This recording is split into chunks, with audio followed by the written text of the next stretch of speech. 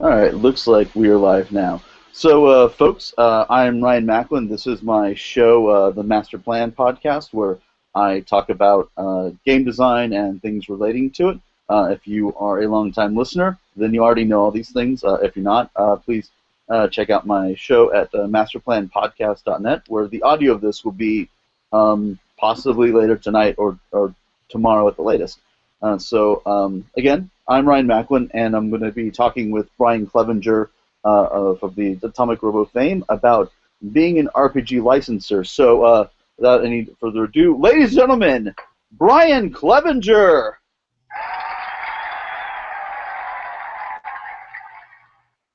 Hey, Welcome to the show, Brian. thanks for having me. Well, thanks for being here. As you personally know, and I have said on the internet, I am a big fan of Robo and of you, and also of the internet, because that allows things like Robo and you to exist, for lack of a better word. And I want to talk to you about licensing an RPG. So let's talk about sort of where before we get into that, let's talk about a little bit about Robo for people who might not be familiar with what it is that Evil Hat Productions licensed into a role-playing game. Sure. The way I usually pitch it to people who are foolish enough to walk up to me at a comic book convention and they admit that they don't know anything about Robo, and I pull them by their collar over the table, and I shove their face into one of the books. It's a very aggressive sales pitch. But then I go, take the Ghostbusters, Indiana Jones, Buckaroo Banzai, the Rocketeer, cram them all into this handsome robot on the cover that I'm shoving your face into, and that is what Atomic Robo is. It's old school action, sci-fi, adventure, comedy, fun. That was almost a sentence. Well, I love the physical component of that. I'll have to try that next time I am pitching one of my things. When you got them by the shirt like that, they will do just about anything to get away. So, I got to get paid. Fantastic. And you're a gamer. Like, this is not your first experience into role-playing games. And folks who know you. Scott and I, Scott Wegener, the Atomic Robo co-creator and artist, we are huge RPG nerds. I think even before we had published the first volume, I don't even think we had published a single issue yet, and we were already talking about when we make this into an RPG. But I assume probably at that point it was like crazy pie-in-the-sky stuff. Oh, yeah. Like, we had no idea if anyone was going to buy any of the issues, if we were going to get a publisher, if there would be more than one volume. Right. So, yeah. So what sort of, is that a cat in the background? There is a cat in the background. I'm trying to get into the foreground. I had to lock my cats out of the room because they would also be very much trying to get into the foreground. But later we'll have to compare cats off of the internet. So what sort of games, we're going to give people a sense of like where you came from, like what traditions you played and stuff like that. What was it like? The most D&D I played was 2nd edition, but not until after 3rd came out, if that made any sense. Okay. I played almost no D&D in the 80s or even the 90s. Most of my role-playing, it started, like, I was interested in it since grade school. My neighbor used to play BattleTech and Robotech, and he was in high school, and he would just watch me for, because my parents would work, and so I'd go over to his house so that I would be supervised at a young age and not set anyone's house on fire. And his buddies would come over and they'd play, whatever game it was. So I got into it, it had its hooks in me fairly early. But I didn't really get to play because no one my age was into it, and high school kids don't want to actually role play with a grade schooler. So I didn't get to play really until high school myself. And I found like-minded nerds, and that was largely the different Palladium systems. Palladium Fantasy, Rifts, that went on for a year or two. We shifted over to World of Darkness, played every single, because that was right when Vampire came out. Right. and then werewolf, and then mage and wraith, and we did all that stuff.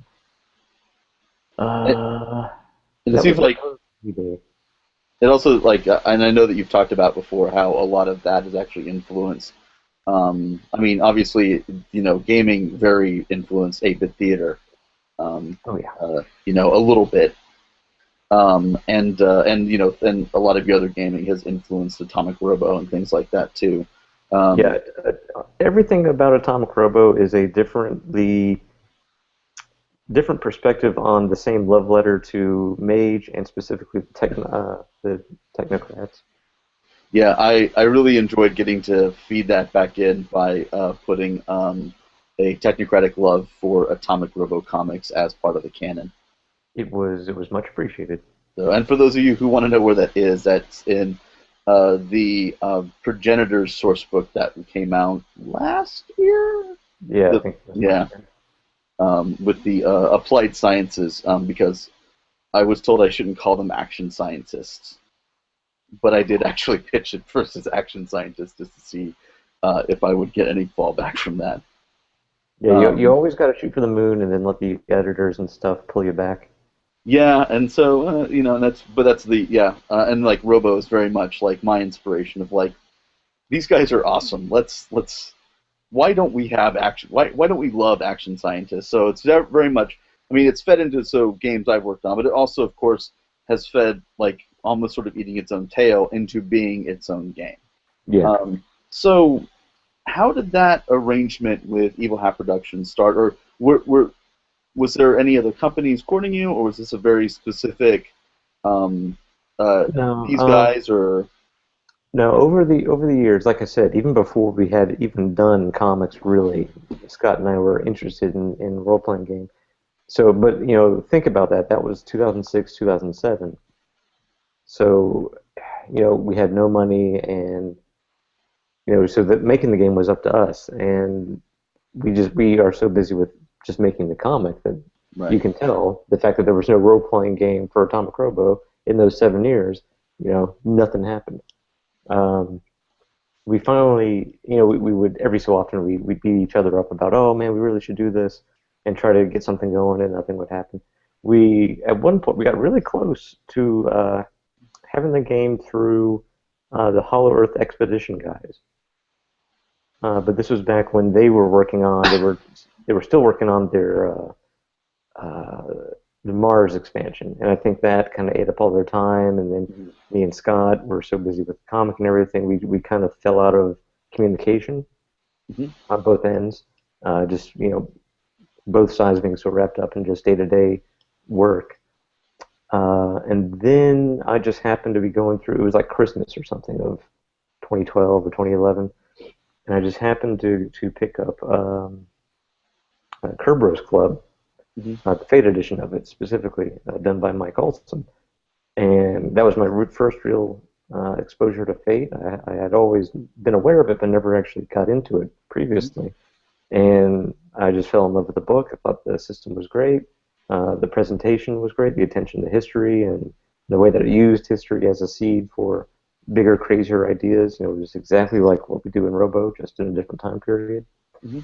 Um, so I got in touch with Mike initially and said, "Hey, I really love the work that you did on this book. Would you want to do that, but for Atomic Robo?" And he said, "I've never heard of Atomic Robo."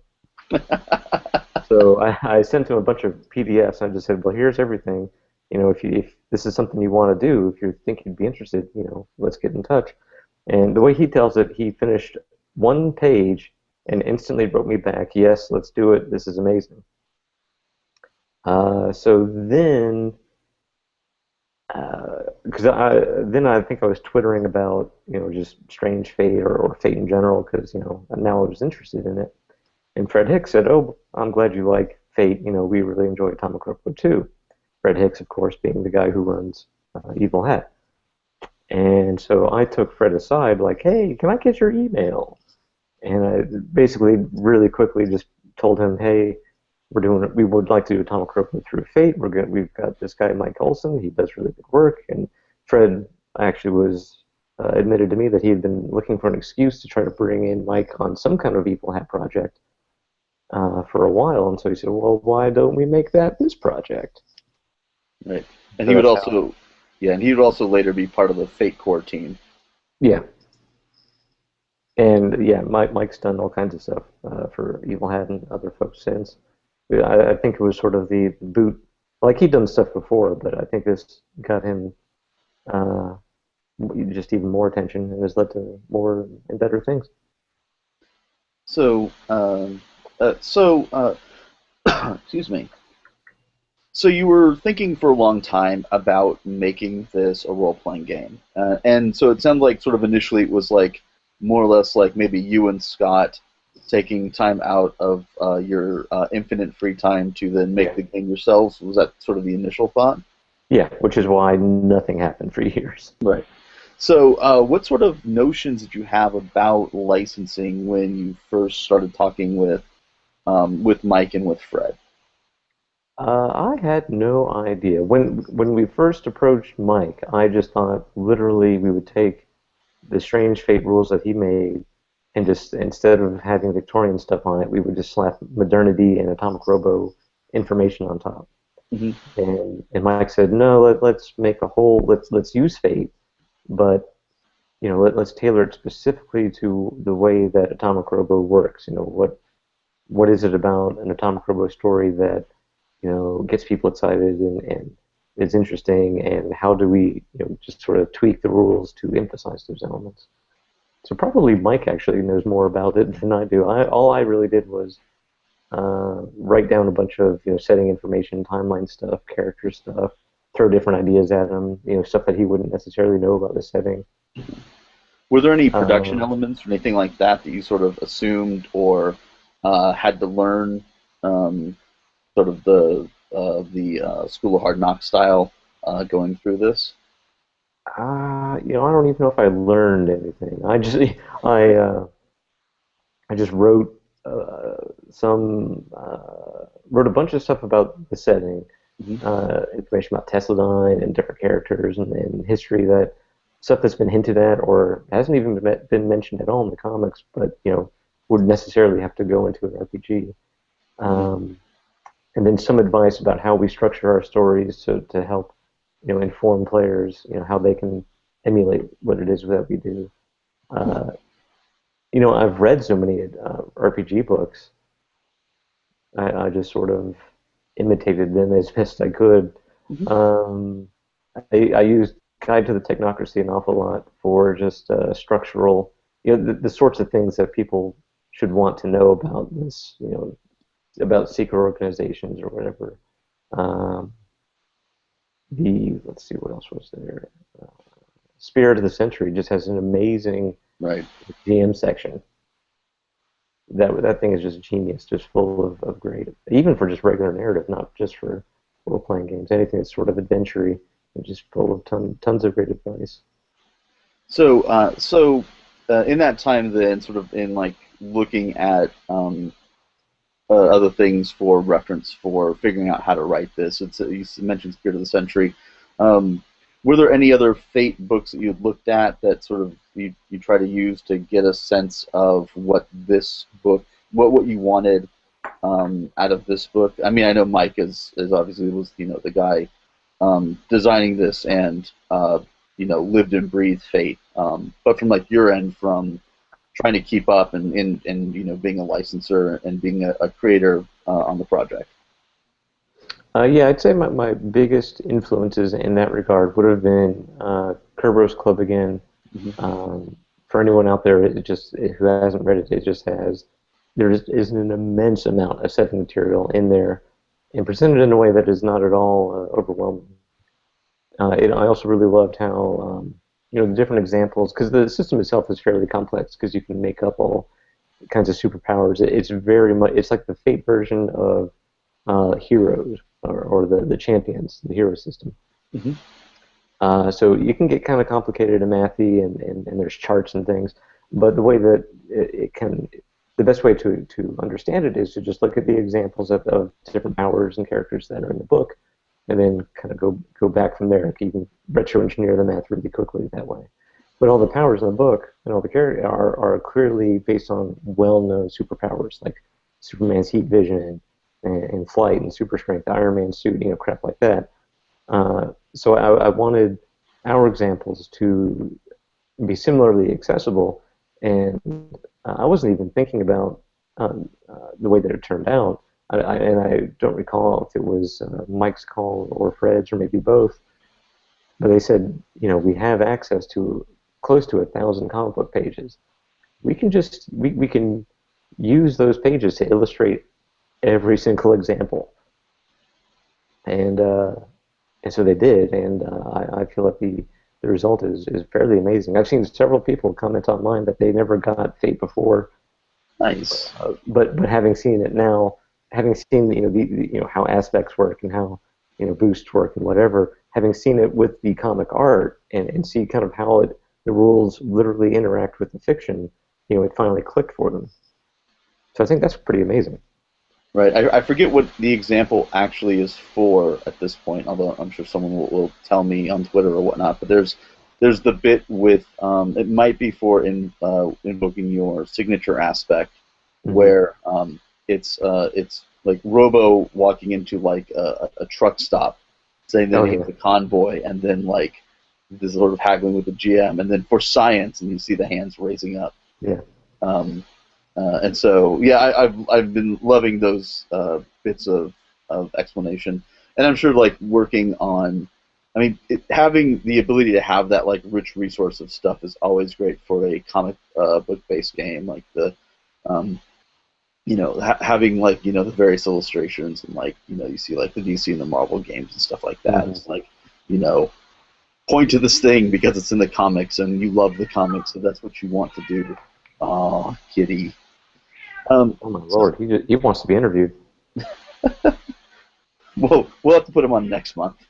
What is it like? What is it like to be Brian's cat? I get fed a lot.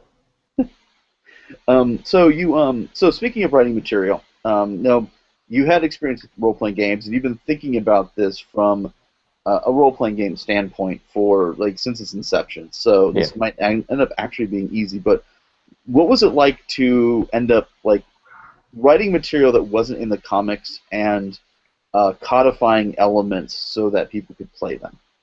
Yeah, that was really interesting for me, because what we're used to doing with Robo is presenting the reader with facts. This is just the way the universe is. In 1951, Robo was in the Pacific, and here's the adventure that he had. There's no ambiguity really. That strikes me as kind of a boring role-playing game. There's not a lot of creative freedom there.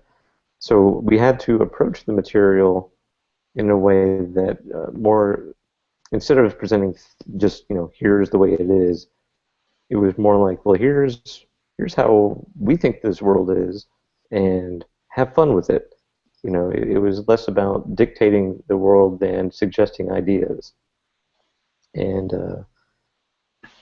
yeah, it was just really it was really strange to have that shift. It's such a I don't know. I guess it's a small thing, but it was the first time we had ever approached Robo's world differently, and having to think about what different groups might want from this game, or because not everyone's going to play just a straight we're agents of Tesla whatever. People are going to use these rules to play. Star Trek was a big one when the rules first came out. It was like the thing that several people kind of jumped on. So we just wanted to just make it possible to play any sort of science adventure, but I guess using the setting information as sort of like a lens to focus through. Here's one way to do it. Right. And it just happens to be incredibly extensively Atomic Robo information, but clearly it's open to all kinds of interpretations. Were there any particular examples or things you can think about that took you back when you were like sort of twisting how you were thinking about the world on its head? There were, well, let's see, yeah, mostly with the elements that weren't Tesla-dyne. There's several other factions in Robo's world. We've only really seen one as an antagonistic force, Majestic 12, and so of course I had to go through the thing where assuming that Tesla is the like de facto player character faction, Mhm. but not everyone's going to want to play that. It might be interesting to play from the perspective of Majestic 12. So, we had to kind of think about them as good guys. They don't see themselves as the bad guy. Why? Nobody Right. sees themselves as the bad guy. That's ridiculous.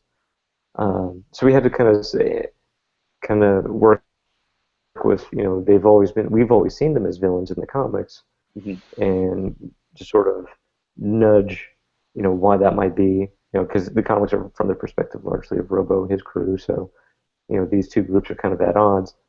And so then we had to, that actually helped me sort of consider something that I hadn't really thought of before, and it's that all these different little factions, they're all doing their own little thing, maybe toward world domination or whatever, but they all think they're doing the right thing. Tesla Robo, they think they're doing the right thing. Helsingard thinks he's doing the right thing, etc.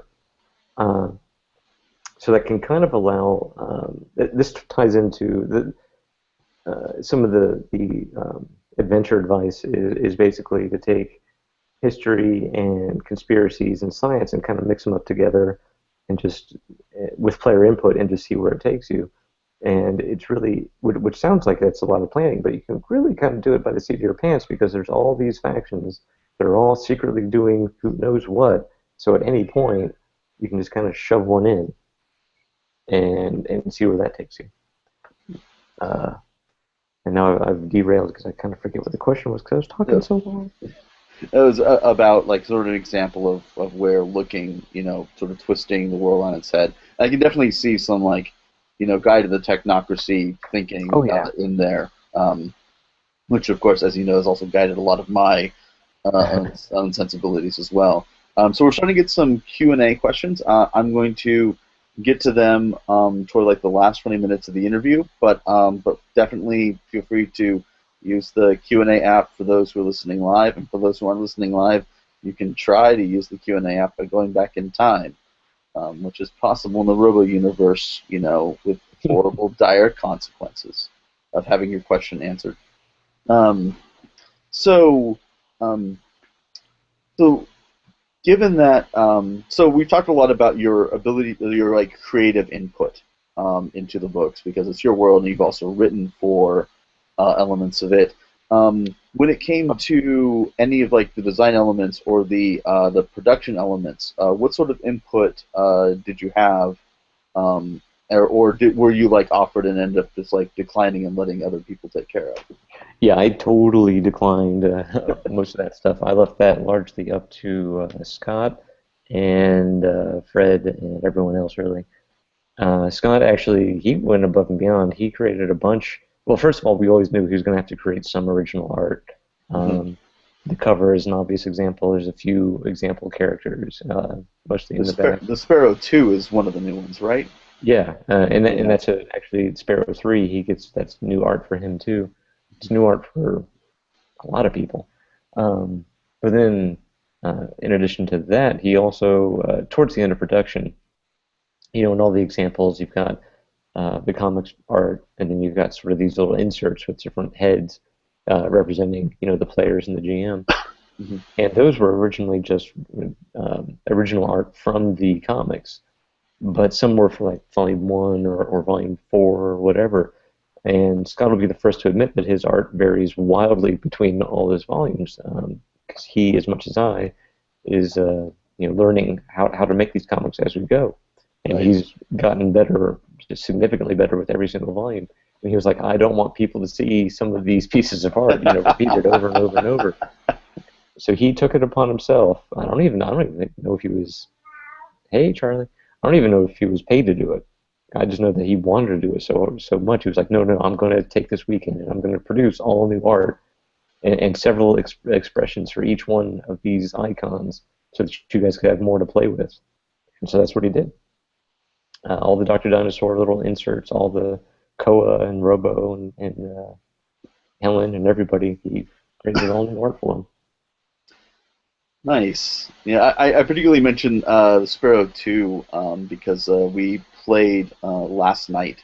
Oh yeah, how did that Um, go? that was fantastic, and um, I ended up playing Robo, and I had like a sense of this is the last slot of the convention, Hmm. and I have to like quip like Robo does. Yeah, And that's not easy.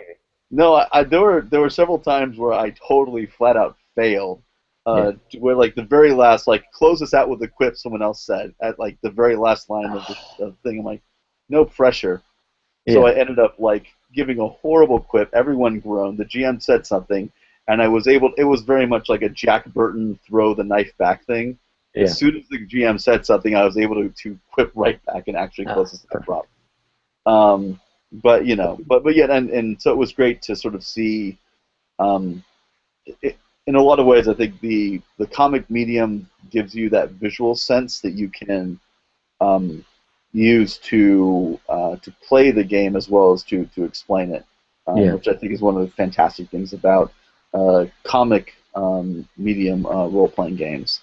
It's similar with like movie or TV ones, but those are constrained by special effects budgets. Yeah. So or not if it's not really if that's not the deal with it. Um, so I think Mike might even be watching, so I'm going to put him on the spot a little bit. What was it like to work with Mike Olson and the rest of the folks at Evil Hat? Oh, what was it like? Yeah. It was great. Mike was a great. What did he do? He did everything. He made all the rules. He did the bulk of the writing.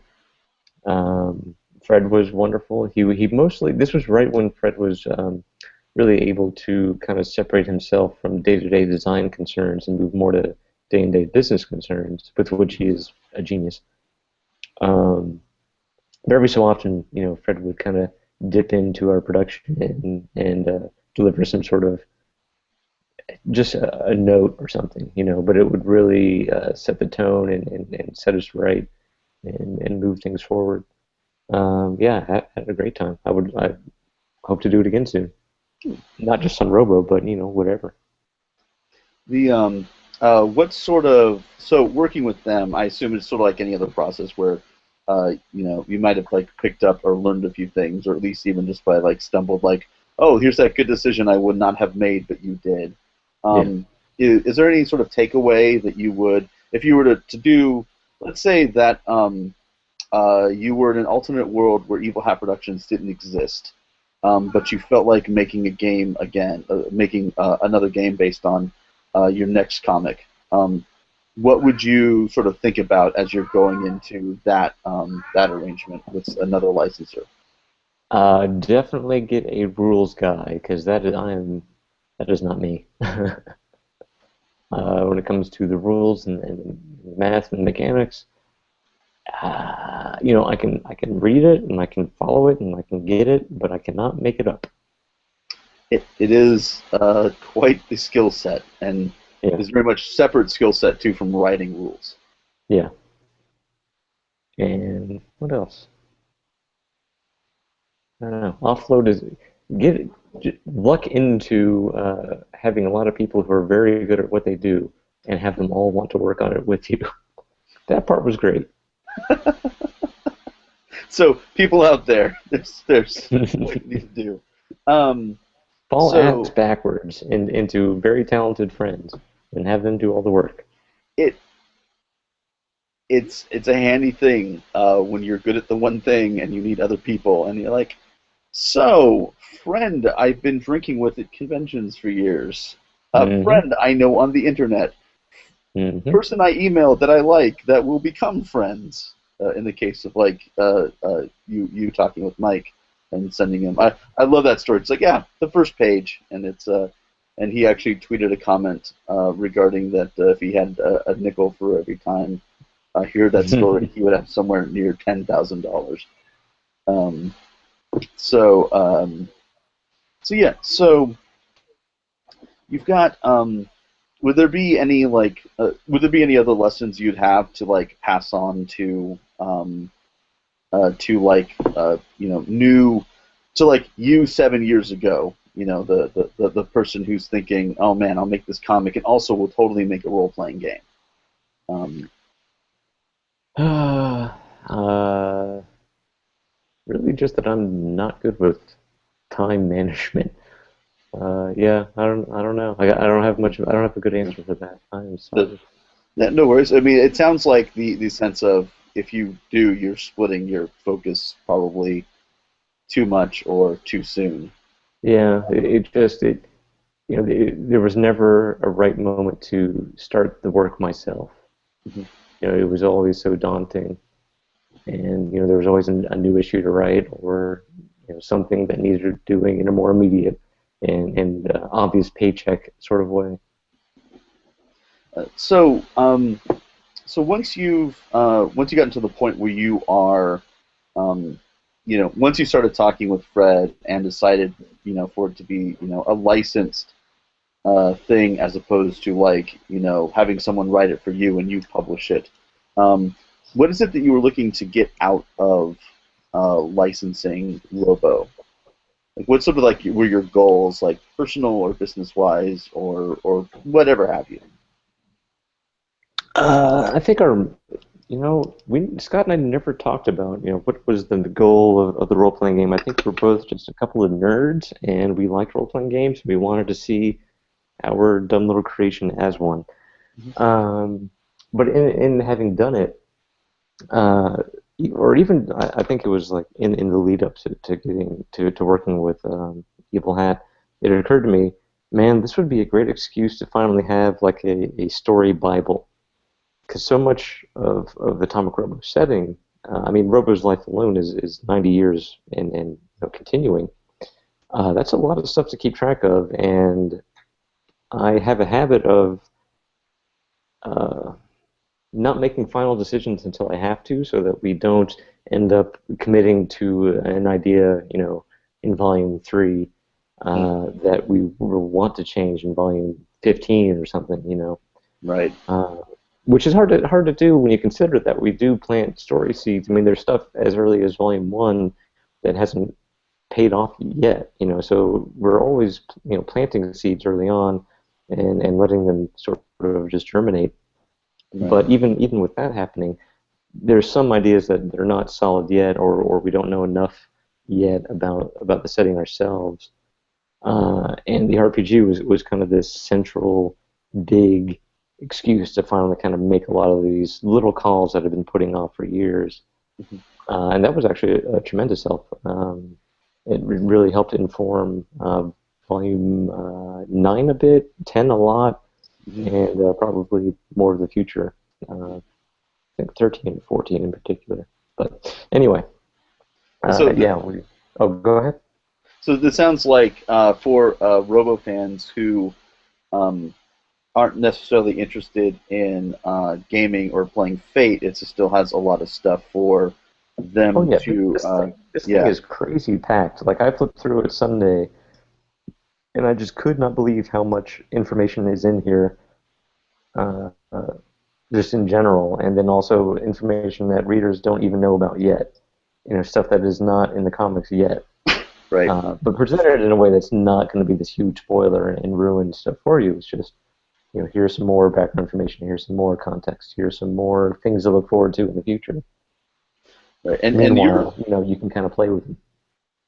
you're in the almost unusual situation for licensors in that you're actually making a substantial amount of material for the game as opposed to in a lot of cases, a lot of the licensed stuff I've worked on, and many of my friends have worked on. It's been the licensor license it, and we have to fill in a bunch of holes Yeah. because a role-playing game requires people to fill in a bunch of holes. Yeah, there's a lot Yeah, of like practical day-to-day concerns right, that the TV show or whatever don't bother with. But suddenly, when you're expanding this world or making characters that have to right, actually live in it and not just be in there for the interesting hour of entertainment, that necessarily makes you ask all kinds of questions that the show never addresses. Uh, so yeah, the advantage there was that. Uh, I wanted to be involved. right. I wanted to have the RPG be the excuse to finally make those decisions and make those calls and Right. produce that content.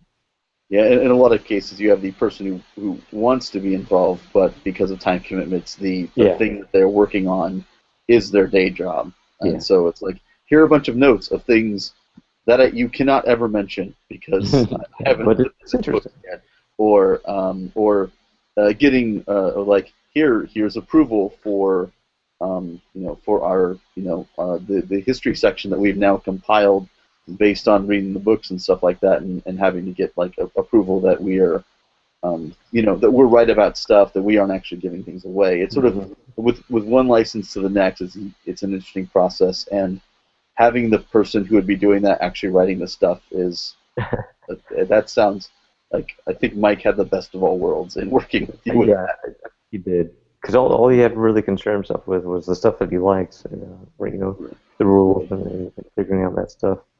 And Of it course, sounds like the that's not same, quite how he tells it, but right? whatever.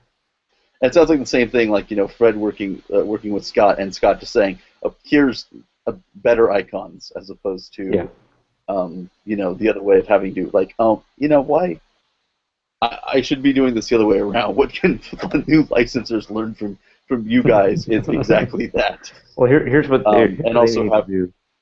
They need to work on comics. 'Cause that's a thing where low barrier of entry, and you can find little nooks and crannies in your schedule to sneak in work like this. You know, mhm, I mean, it's me specifically with regard to the RPG. Me thinking about Robo is basically a bodily function. I just wrote it down. You know, right. It's I just would find that spare half hour in a day and just type out some stuff. And it adds up. and just at that point, compiling it together in Hmm. something in RPG form as opposed to note form and stuff like that um, is work, but a lot less work than also doing that while having to do it whole cloth while you're having to do something else. Yeah, yeah. And I suppose might also help that it's comic strip writing isn't the same as that sort of prose writing. Oh my It's lord, yes.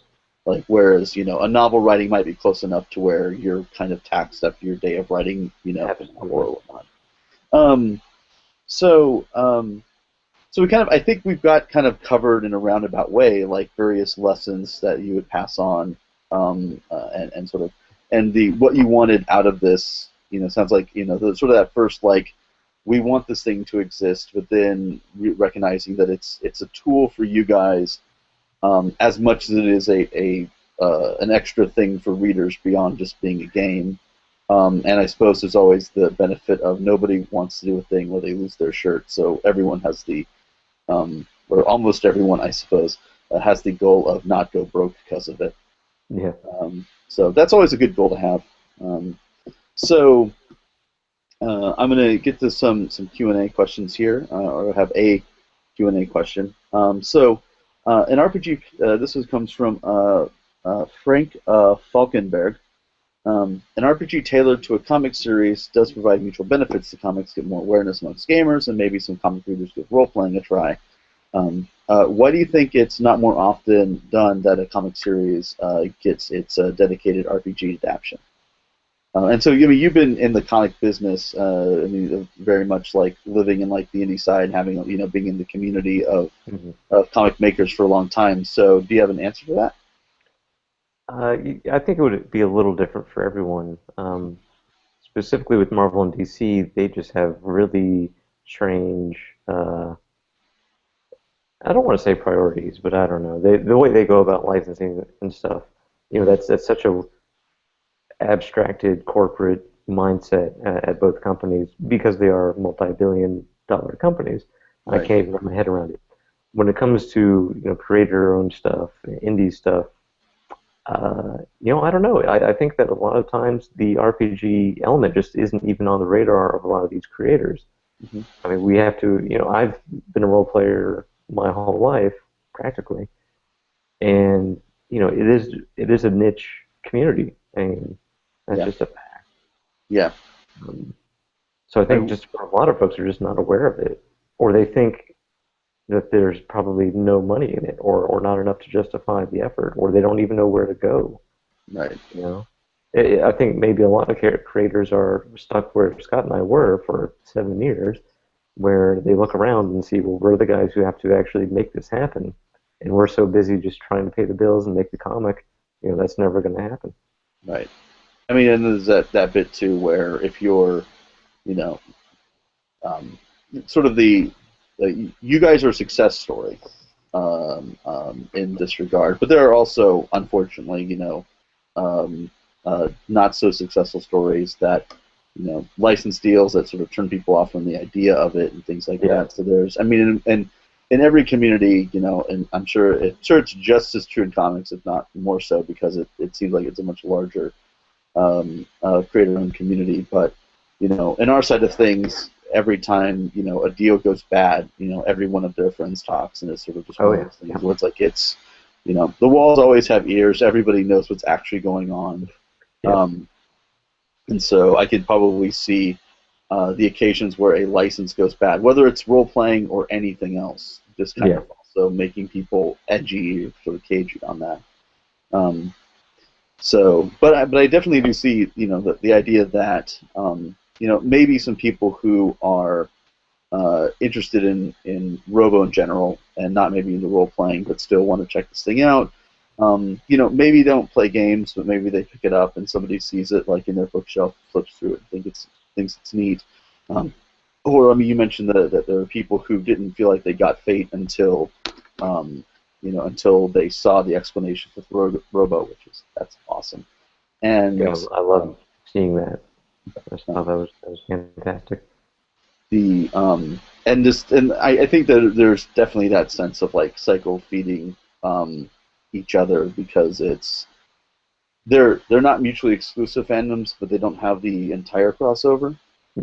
And the fact that people who are fans of you as much as they're fans of Robo, so they're following you and they're following Scott on the interwebs, are probably as likely to be like, oh hey, here's this thing, just as much as like fans of Evil Hat, or like, oh, what's this Atomic Robo thing? So I mean, I know that personally happened with me with the Dresden Files years before I actually got put on the project. Was, oh, that's this neat game, and they're going to make a game out of this novel. I'll read the free chapter of the novel. That's neat. I'll read the first novel. And you guys, of course, for those who don't know, have some like free RPG state stuff on your site over at atomic-robo.com. Have I got that right? Yep. Excellent. Yep. First try. So it sounds like we have answered. So yeah, there was the one Q&A question that was on the list. So if anybody else has one,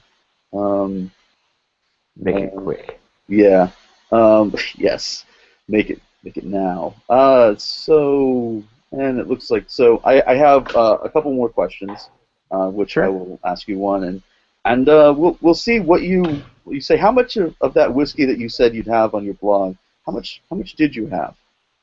Enough to maybe slip a couple details about the supplement coming up. Like, first, I could do that. I just finished a very large shot glass. Excellent. So you're so thrilled with having worked on Evil Hat and working on and making the RPG that you've done the mad thing of also agreeing to not only greenlight but work on a supplement. And so for this thing, I'm writing a lot. So what's the supplement about? The focus is going to be on Majestic 12. Yeah, basically taking the main book being here, the main idea being you're a science action scientist at Tesladyne. Right. Now we're taking you're a Majestic 12 soldier, and something I found very quickly was that what we see of Majestic 12 in the comics is extremely limited and would be kind of boring in that all we ever see are these sort of elite soldiers kind of doing ambushes on Atomic Robo. Right. And of course, you kind of have to see that because they have to bring a very specific suite of powers and logistics to bear against this specific target. Right. And it's always from Robo's frame, too. Right, and it's from Robo's perspective. Yeah. But we had some ideas about what was really going on with Majestic 12, where they came from. First of all, I should probably mention Majestic 12 is a real-world conspiracy theory that is completely ridiculous, but it was established in 1947, allegedly, and it varies depending on which version of the conspiracy theory you read, but basically it comes down to UFO research and hiding information about UFOs and whatever. Right. In Atomic Robo's world, it is a secret sort of pre-ARPA or DARPA project where the military, it also ties in the Atomic Robo's world. The other conspiracy theory that the FBI stole a bunch of Tesla's belongings and notes and equipment after his death. This didn't really happen.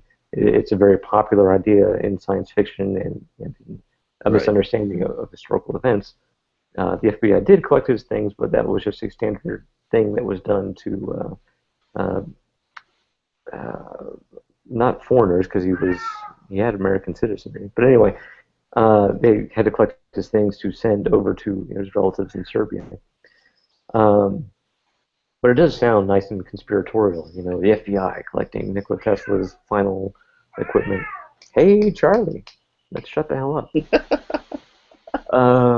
So we take these two ideas that the government collected all of Tesla's notes and things, and then they created this Majestic 12, quote unquote, this committee to examine these materials, to weaponize what Tesla had been working on, and essentially a new prong, a new element of the Cold War, where we have, in reality, nukes in the space race.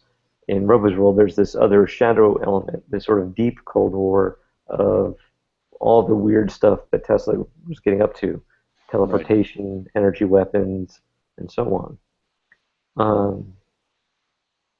So yeah, Majestic 12 then sort of fleshing them out for this supplement.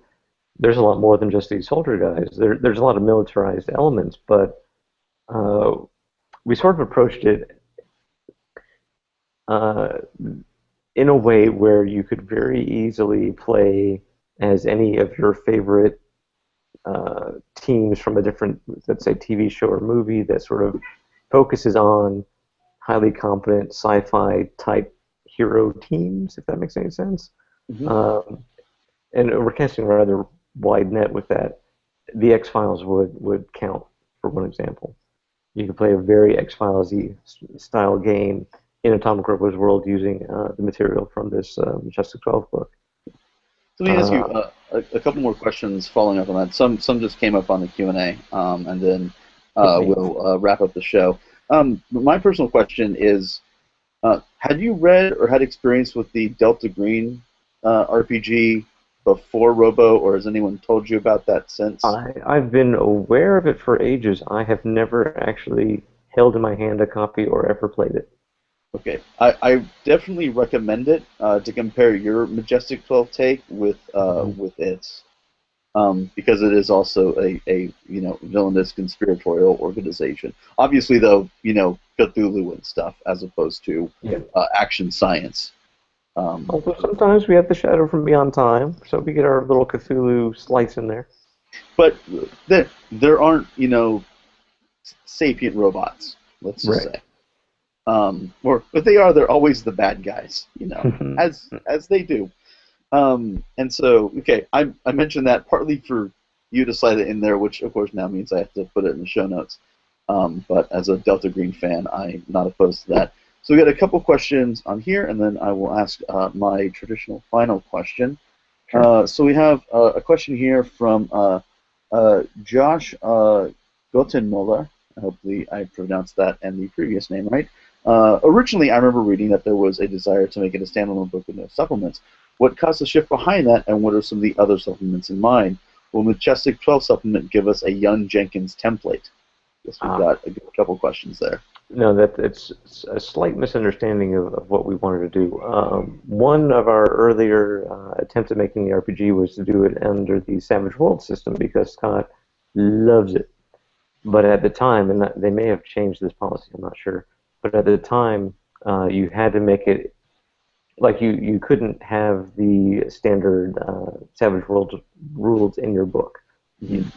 you would still have to buy like the main generic book for the rules, and then you would have your sort of supplement for your setting and whatever changes to the rules that the setting would demand. Right. So in effect, you would have to buy two books. With Atomic Robo through Evil Hat and using Fate Core, you don't need to buy any of these supplements, which is probably the worst thing for me to say at this point. Right. All you need is the core book, and that has plenty of material, that has enough meat in it to even play as Majestic 12. It'll lack a lot of details from the supplement, but that's not a big deal. You'll still have a lot of fun. And you don't have to buy Fate Core. No, you don't buy Fate Core. You don't buy anything. It is all in the Atomic Robo book. Well, you buy the Atomic Robo, pages, of course. You're pirating it, you kids these days. Oh, well, they can buy and pirate. They can multitask, these kids.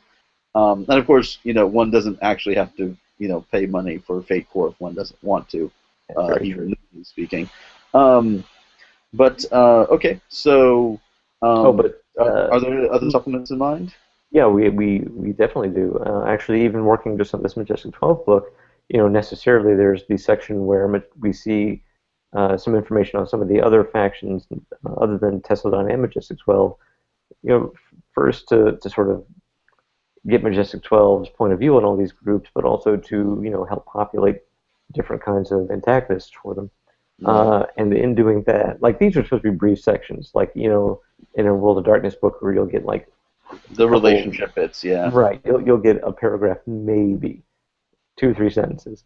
No, these are averaging 7 paragraphs each, because I can't do it briefly. So there's plenty of room to expand. We'll probably, I don't even know how Fred wants to do it, but Fred and Mike and I all want to do more faction books, fleshing out all of these guys. I don't know if they're all going to get, one each. I think that might be going a bit too far, but we'll see. But there's planning and plotting. But yeah, absolutely planning and plotting. I think I'm allowed to say that the next book we want to do is more concerned with Tesla before Robo, the world of the 19th century. But if you aren't allowed to say that, we can blame that on the whiskey. Yeah, it was absolutely whiskey. And anyway, they can't fire me. You cannot fire me from Atomic Robo. Can't be done. What are you going to do? Maybe Scott has a say in it, but I think that Scott's going to come on your side.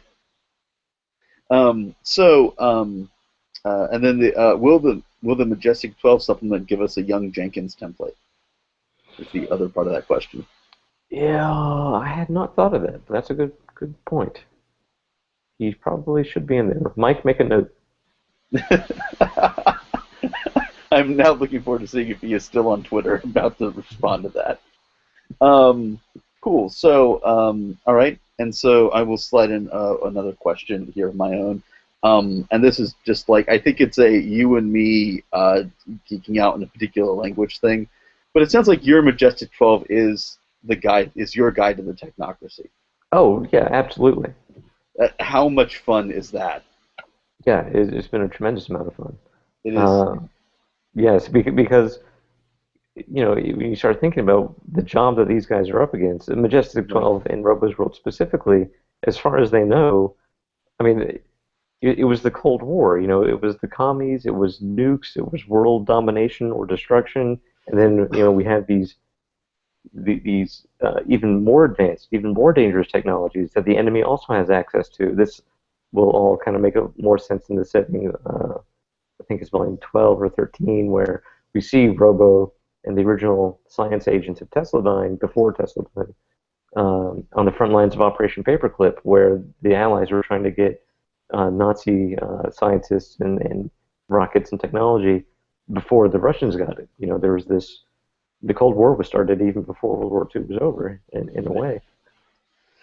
So it's this do or die thing against the communists, and Department Zero being the Russian version of Majestic 12 or Tesladyne, and what they get up to. We have a bunch of notes on that in this supplement as well. So yeah, it was a lot of fun. I mean, these guys were the front line of defense. These guys were taking care of all kinds of stuff that Robo and Tesladyne never knew about, because Majestic 12 got to it first. It also sounds a lot like you and I, and I'm sure we know a good number of other people could practically have a panel on. So your villains turn out to have noble goals, Yeah. because that is an interesting story there. But sadly, that is not what this conversation is about. Although we've definitely crossed into that territory a couple times. I've got one question here, and then we will wrap up. Fate Core is currently getting a German edition. What do you think about translating Atomic Robo RPG into different languages? The interest among the RPG communities in those countries is definitely there. Has there anything you've been thought about, or is it say, huh, I have to think about that now? I had not thought about it, but yeah, I'm totally down for it. We've got Robo in Spanish, German, no, not German, Italian, something else. I know there was some interest in India, but I don't know if anything happened with that. So yeah, I'm down. Cool. And it sounds like having there being a German robo would be a good step in that direction too. You know, it's funny. We have, I mean, this is a far off out there comic series, like volume 20 or even beyond that. But there is one where we want to bring in a whole bunch of alternate universe robos, and one of them is Panzer Robo from an alternate, Nazi world, World War II. I have something to show you after this after the interview now, which of course is going to be useless to the recorded session, but it would derail us too much. Suffice to say, it involves Theodore Roosevelt. Ah, Um, so so okay, so we've got that there. I think that now I've got one last question to ask of you. So Brian, what is your master plan? hmm. What is my master plan? You know, I think what has become clear from working on Robo and the RPG is that all I've done for my entire life, my entire career, has been to monetize what I want to be doing with my time anyway. Hmm. You know how a lot of people they've got the day job and they do the writing on the side or the art on the side or whatever. I have somehow fallen backwards into just doing that as the job. And in Robo and my other creator-owned projects, there's just an excuse to read interesting history that I want to learn about anyway. That's it. That's the master plan. Nice. Well, as somebody who has the same master plan, I definitely wish you the best of luck in enacting it. Ladies and gentlemen, Brian Clevinger. There's a great audience you've got there. Yes, the most easily controlled audience ever. So thank you again here. Thank you, folks, for giving us your questions and chiming in. And we will have this up on the YouTubes and the audios soon. Later, everybody. Adios.